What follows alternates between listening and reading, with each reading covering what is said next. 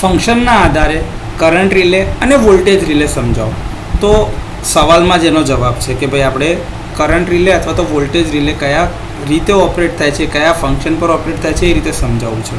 તો આ પ્રકારનું જે રિલે હોય એમાં એનર્જાઇઝિંગ ક્વોન્ટિટી તરીકે કાં તો કરંટ હોઈ શકે કાં તો વોલ્ટેજ હોઈ શકે, એટલે બંનેમાંથી કોઈ પણ એક ક્વોન્ટિટી હશે.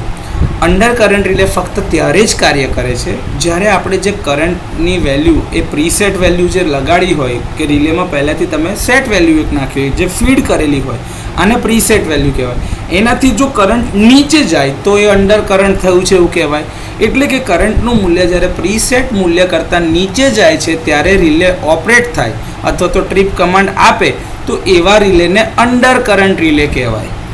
એ જ રીતે અંડર વોલ્ટેજના કિસ્સામાં જો વોલ્ટેજનું મૂલ્ય એ પ્રીસેટ કિંમત જે લગાડી હોય વોલ્ટેજની એના કરતાં ઓછી થાય તો રિલે ટ્રીપ કમાન્ડ આપે છે.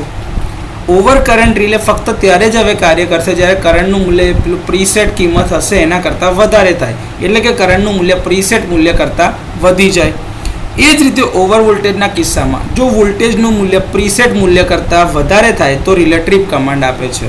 તો આ રીતે ફંક્શનના આધારે કરંટ રિલે અથવા તો વોલ્ટેજ રિલેને under current, over current, under voltage, over voltage આ રીતે એ કામ કરી શકે છે.